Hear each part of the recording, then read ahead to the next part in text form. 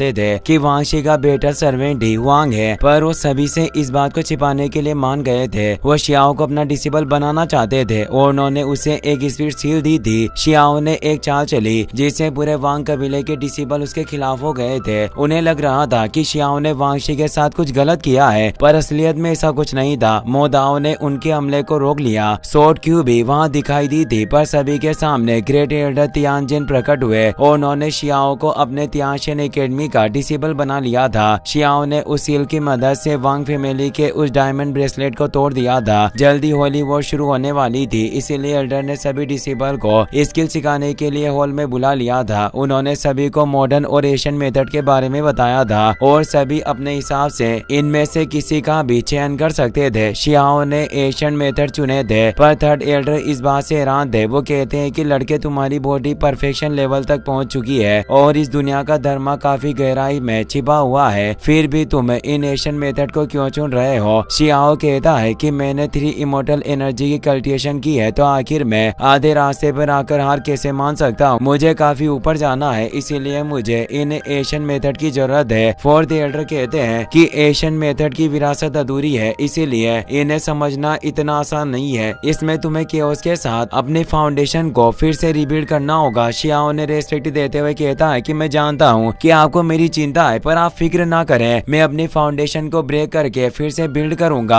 और अब वो वहाँ से चला जाता है। फोर्थ एल्डर कहते हैं कि इस लड़के के जज्बे को देखकर ऐसा लग रहा है कि जरूर इसने कोई योजना बनाई हुई है और ये कोई आंख बंद करके इन एशियन मेथड्स को चूज नहीं कर रहा, पर हम नहीं जानते कि ये लड़का आखिर करना क्या चाहता है। फिर हमें व्हाइट जेट एशियन कैरेक्टर्स के माउंटेन को दिखाया जाता है, जहाँ सभी डिसिबल आ चुके थे जिन्होंने एशियन मेथड्स को चुना था, और यहाँ पर हजारों एशियन रून को नक्काशी के साथ उकेरा गया था। मोदाओ भी शियाओ के साथ वही मौजूद था और बताया जाता है कि अमरता प्राप्त करने के इन एशियन मेथड इन लाखों एशियन टेस्ट में मौजूद है, इसीलिए पहले तुम्हें इनके अंदर से होकर गुजरना होगा और खुद को साफ करना होगा। एक तियानशिन डिसिबल चारों तरफ फ्लोट कर रहे उन एशियन टेस्ट में से एक को अपनी पावर से टच करने की कोशिश करता है, पर वो एशियन टेस्ट एक जायंट लोयन में बदल जाता है और उस लड़के पर हमला करके उसे वहाँ से दूर फेंक देता है। सभी डिसिबल इससे डर गए कि क्या ये एशियन टेस्ट ऐसे ही लोगों पर हमला करेंगे। फोर्थ एल्डर बताते हैं कि ऐसा नहीं है, इन हर एक एशियन टेस्ट में एक महान सत्य छिपा हुआ है और इन्होंने हेवन लॉ के मुताबिक शेप ले लिया है, पर तुम्हें इन्हें समझने की कोशिश करनी होगी और इनके हमलों को सहन करना होगा। मुनतुओ उन्हें समझने की कोशिश करने लग गया था। एक एशियन टेस्ट अचानक पावरफुल ड्रैगन में बदल गया जो मुनतुओ पर दहाड़ रहा था, पर मुनतुओ हिला नहीं। उसका ध्यान सिर्फ उस टेस्ट के असली मतलब को समझने पर था। वो ड्रैगन उसे पूरी तरीके से कवर कर लेता है, पर मुनतुओ इस एनर्जी को भी सहता जाता है और अपनी कल्टिवेशन को खंडित किए बगैर ही उस ड्रैगन को खत्म कर देता है, जिससे वो एशियन टेस्ट अब मुनतुओ के अंदर चले जाते हैं। यानी अब उसे उन टेस्ट का रहस्य समझ आ चुका था। एल्डर ये देखकर कहते हैं कि लड़का वाकई काफी एक्स्ट्रा ऑर्डिनरी है। वांगशी भी वही मौजूद थी, उसने भी एशियन मेथड को चुना था, जिससे वो भी उन्हें समझने की कोशिश कर रही होती है। वो काफी सारे टेस्ट को अपनी पावर से समझने में कामयाब हो जाती है। उन टेस्ट में से कई सारी वाइन निकली जो उसे लपेटने की कोशिश कर रही थी, पर वांगशी ने उन्हें अपने फायर से शांत कर दिया और उसे भी उन एशियन इमोर्टल का एसेंस मिल गया था। एल्डर कहते हैं कि वाकई वांग फैमिली काफी पावरफुल है, जो इसने इतनी आसानी से एशियन टेस्ट का सामना किया, और अब बाकी के कल्टिवेटर भी उन एशियन टेस्ट को समझने लग गए थे। किंगी को भी दिखाया जाता है जो उन एशियन टेस्ट को समझने के लिए मून फ्लेम लॉ का इस्तेमाल करती है। ये देख एल्डर हैरान हो गए कि इस फेरी किंगी के पास एक एशियन फायर मौजूद है, बल्कि यह तो सिर्फ एक स्पीड से बनी हुई सेकेंडरी बॉडी है। आखिर इसमें इतनी ताकत कैसे हो सकती है जो इसने एक एशियन फ्लेम को अपने काबू में कर रखा हो? पर कोई नहीं जानता था कि शियाओ ने ही उसकी इस फ्लेम को लेने में मदद की थी। बाकी के डिसिबल भी यह देख हैरान हुए कि फेरी किंगी काफी ज्यादा पावरफुल है, इसने इतने समय से अपनी पावर को छिपाया हुआ था। शियाओ भी किंगी को देख खुश हुआ, पर तभी वहाँ टेन किंग आ गया, जिसने अपनी एनर्जी से सभी को चौंका दिया, क्योंकि उसने अपने वर्ल्ड ट्री को एक्टिवेट किया हुआ था जो दाओ के साथ जुड़ा हुआ था और ये मॉडल सीट की तरह था, जिससे उसने आसानी से उन एशियन टेस्ट को समझ लिया। शियाओ मोदाओ से कहता है कि ये इमोर्टल सीट बिल्कुल तुम्हारे एंसेस्टर की तरह दिखता है। मोदाओ कहता है कि मेरे पूर्वज इमोर्टल सीट बनाने के मामले में पूरी तरीके से सही नहीं थे। शियाओ ने कहा कि मुझे लगता है कि तुम्हारी दुनिया में इमोर्टल सीट को इसीलिए भ्रष्ट कर दिया गया क्योंकि वो लोग उनकी खेती नहीं कर पा रहे होंगे, जिससे तुम्हारे पास इमोर्टल सीट का अधूरा तरीका है और उसके पास जो इमोर्टल सीट में क्रैक थे। फोर्थ एल्डर कहते हैं कि तुम इन एशियन टेक्स्ट को समझने के बाद मैं तुम्हें एक ग्रेवयार्ड यानी कब्रिस्तान में भेज दूंगा जहाँ तुम इमॉर्टल सीड की खोज कर पाओगे। वो टॉम वर्ल्ड एक काफी विशालकाय और खामोश दुनिया है, पर यह एक सहयोग की जगह है जहाँ कई सारी अपॉर्चुनिटी मौजूद है। इमॉर्टल एकेडमी और होली एकेडमी पहले ही यहाँ पर खोज कर रही है, इसीलिए चाहे कुछ भी हो जाए पर हम उन दोनों एकेडमी से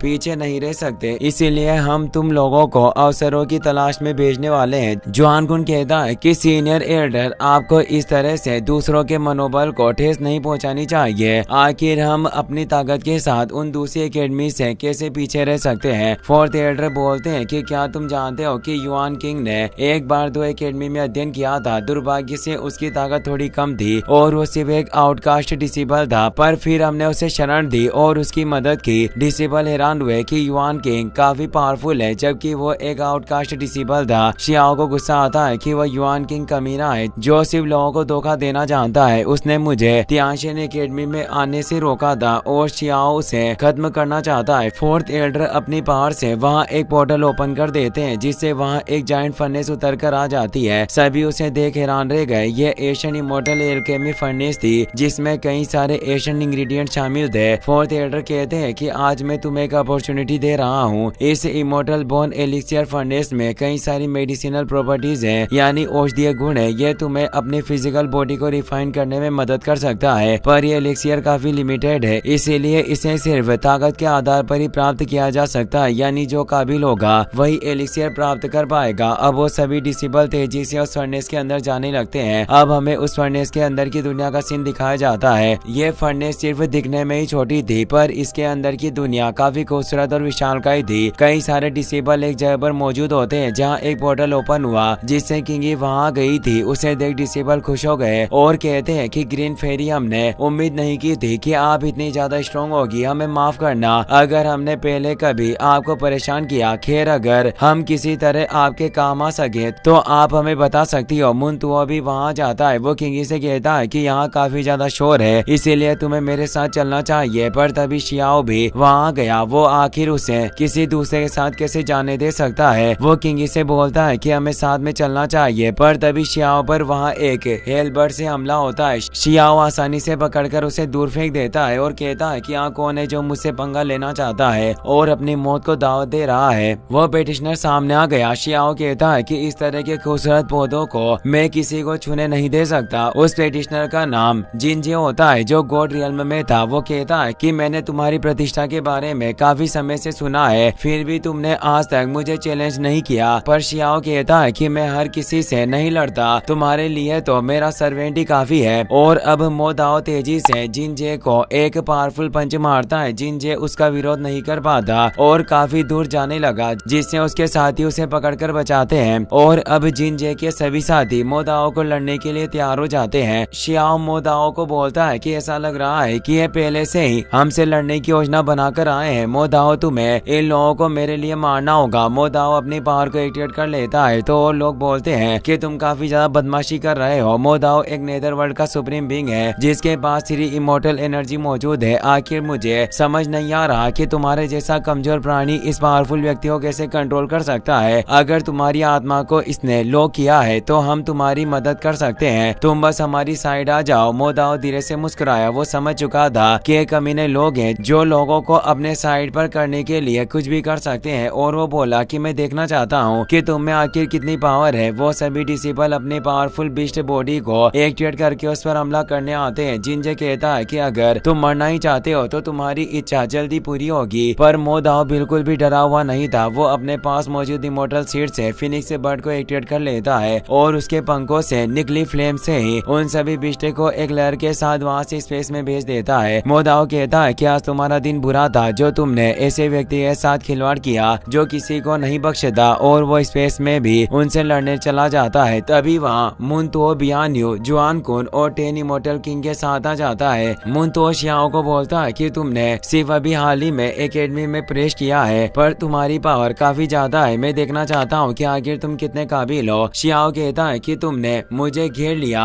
और मुझे बुली करना चाहते हो, इसीलिए अब मैं तुम सभी को लड़ने का चैलेंज देता हूँ। और वो अपनी पावर को एक्टिवेट करता है। सभी शियाओ से नाराज थे क्योंकि उसने एक नेदरवर्ल्ड के पेटिशनर को गुलाम बनाया था। जुआन शकुन कहता है कि मैं तुम्हें अपने 9/11 की महिमा को कैसे मिट्टी में मिलाने दे सकता हूँ, और वो अपने वेपन को पास में ले लेता है और लड़ने के लिए तैयार हो जाता है। पर बियान्यू सामने आ जाती है और कहती है कि तुम्हें लड़ने की कोई जरूरत नहीं, क्योंकि कोई पहले से ही शियाओ से लड़ना चाहता था। जो वांग शी थी वो अपने लोटस पावर के साथ वहां गई थी। इसी के साथ ये एपिसोड यहीं पर खत्म हो जाता है। वीडियो पसंद आया हो तो अपने दोस्तों के साथ शेयर करना, साथ ही इस वीडियो को लाइक